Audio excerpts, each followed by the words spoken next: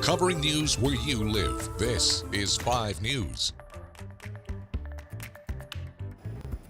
Well, thank you for joining us here today for the latest news and weather where you live. I'm Joe Ellison. Now, before we get to our top news stories, we need to get a check of the weather because we do have some significant weather moving into our area that you're going to need to know about today and heading into tomorrow. Let's check in with meteorologist Zach Scott. Hey, Zach. Yeah, thanks, Joe. And again, you really hit it perfectly there. The severe threat is primarily for Tuesday night, overnight into early Wednesday morning.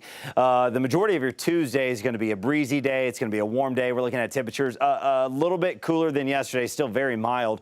Instead of mid to upper 80s scattered around, we're going to see more lower to mid 80s with a few upper 70s mixed in spots. Mostly cloudy skies increasing across the area, some breaks of sunshine, and then a chance of a shower or thunderstorm coming late afternoon into the evening. Not everyone's going to see that rainfall, but a hit or miss shower can't be ruled out ahead of the main storm system, which will really come through as we go again through the overnight hours. Big storm system across the western U.S., big dip in the jet stream. We've still got a lot of area of energy and lift that's got to swing through, and that's going to give us the potential of another severe weather outbreak across the heart of the country, similar to what we saw Friday into Friday night and early Saturday. We've got 2 bullseyes, one to the north and then one to the south. The southern one impacting Arkansas again. Instead of the eastern half of the state, it's across the western half of the state. Overall, in the last 24 hours, we've continued to see upgrades from the Storm Prediction Center. Now, most of the area is either under the level 3 or the level 4 risk. We have continued to see the level 3 pulled further back, meaning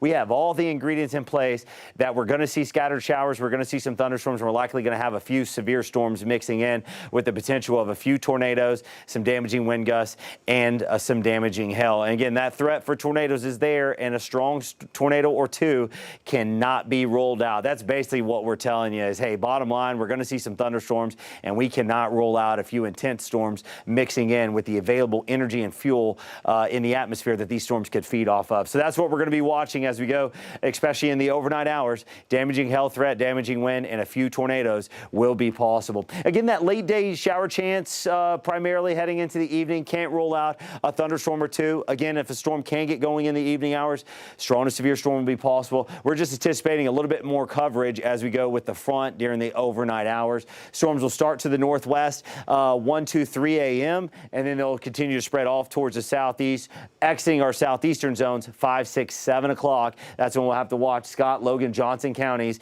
You have the highest coverage chance, and then also you're right in that moderate risk where you could see some severe weather mixing in as well. Mostly cloudy skies. Future Track radar doing a good job. Again, a late day stray shower or thunderstorm into the evening hours will be possible. Again, model picking up on one supercell rotating through, so we'll certainly have to watch those. And then as we go overnight, here comes the front. Storms developing to the north, spreading off towards the southeast. And again, you can see those strong storms mixed in there, hail cores, and then some rotation will certainly be possible. We're going to keep our eyes on it. The entire weather team will be covering this entire event. Joe, will be cooler on the backside, but we will be quieter, drying out as we go through Easter weekend.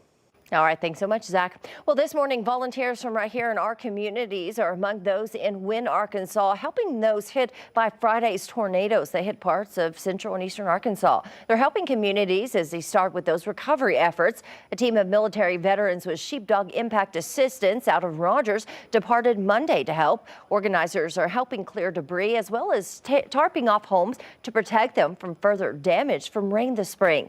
They'll also be there to show support to their fellow Arkansans to let them know that the rebuilding process has begun and give them a sense of hope for the future. Our primary focus and what we talk about is putting down M16s and picking up chainsaws. So for us as an organization, it is about that continued service piece of going into these communities after they've been devastated by natural disasters. Well, Sheepdog volunteers say its disaster response team plans to help with recovery across Arkansas until at least Thursday or Friday. Governor Sarah Huckabee Sanders says the early stages of recovery moving pretty quickly with new state and federal efforts to help people get the information and resources they need. She signed an executive order on paid leave to affected state employees. I can't tell you how thankful we are for the absolute outpouring of support that we have seen as we've traveled across the state over the last couple days from Arkansans stepping up and helping their neighbor. I want to remind people that we have a long way to go. Let's not lose that enthusiasm and continue to help our fellow Arkansans over the course of the next several weeks as we see these needs and demands come up. Well, right now, FEMA agents are also working to connect people in need and make them aware of the assistance that is available to them. Well, a test of the human body and mind is happening right now. The inaugural Expedition Ozark race underway as part of the Adventure Racing World Series. Racers are given 5 days to travel 390 miles through the Ozarks. You see the map here. 35 teams representing 13 countries will bike, trek, and paddle the course. But as the CEO Heidi Muller explains, racers must be prepared both physically and mentally. You know, it's not year at a time where you can sort of, I still try to figure out who you are. This is a time where you need strong, stable people who can stay calm at all the times and cope with whatever is being thrown to them. Well, Muller says the race is magical, and many of the racers from Arkansas are proud because they're racing in their own backyard. The race runs through April 8th. And 7 Brew Coffee is in a legal dispute with the founder of Jimmy John's sandwich operation. It's over ownership of the rapidly expanding coffee shop chain based in Fayetteville. You may remember our media partners at Arkansas Business reporting on a lawsuit filed January 13th in Benton County by Stillwater Brew LLC. It's a Delaware company of which the Jimmy John's founder is a principal. You can read more on the ongoing battle at arkansasbusiness.com. And this morning, more than $100 million of personal income taxes could be cut in the natural state, but not everyone is on board with the proposed plan. 5 News reporter Michael Wilson has more on what this can mean for Arkansas and why some are against it. Hey, good morning to you. Opponents of Senate Bill 549, which Governor Sanders announced this past week, says that this bill is just a tax cut for the rich, and they hope it does not pass. But those for the bill says it will help millions of Arkansans. We have to continue to work until we can wipe the income tax off the books. On Monday, Arkansas lawmakers worked towards that goal. The bill started in the Senate committee, but quickly moved into the House. I'm concerned about it, you know.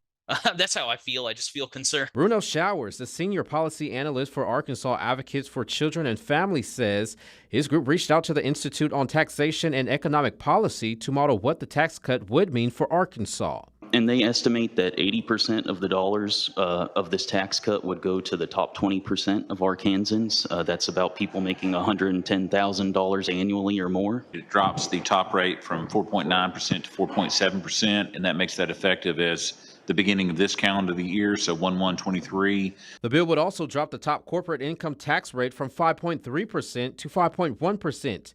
You may remember last session that former Arkansas Governor Asa Hutchinson signed off on the state's largest income tax reduction bill.